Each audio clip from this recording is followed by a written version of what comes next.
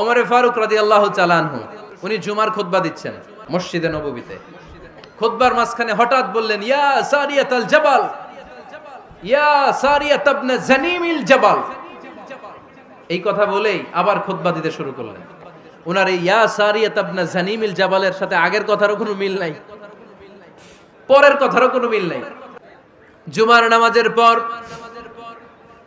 মুসল্লি সাহাবারা ধরলেন, বললেন, ইয়া আমিরাল মুমিনিন। খুতবার মাঝখানে হঠাৎ করে ইয়া সারিয়াত ইবনে জানিমিল জাবাল বলে আপনি চিৎকার করলেন কেন?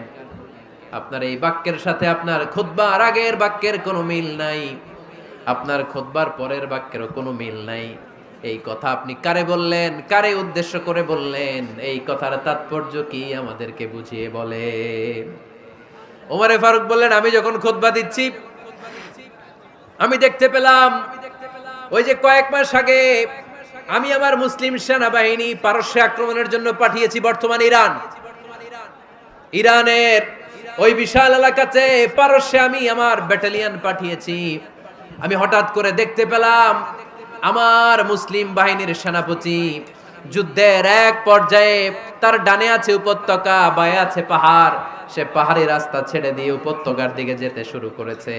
আমি দেখতে পেলাম আমার মুসলিম বাহিনী যদি উপত্যকার দিকে ছুটে বেড়ায়, কাফির মুশরিকরা আমার মুসলিম বাহিনীকে কচুকাটা করে ফেলবে। তাই আমি এখান থেকে তাদেরকে কমান্ড দিয়ে বলেছি, ইয়া সারিয়াতাল জাবাল, উপত্যকার দিকে নয় পাহাড়ের দিকে যাও, তাহলেই তোমাদের বিজয় নিশ্চিত হয়ে যাবে।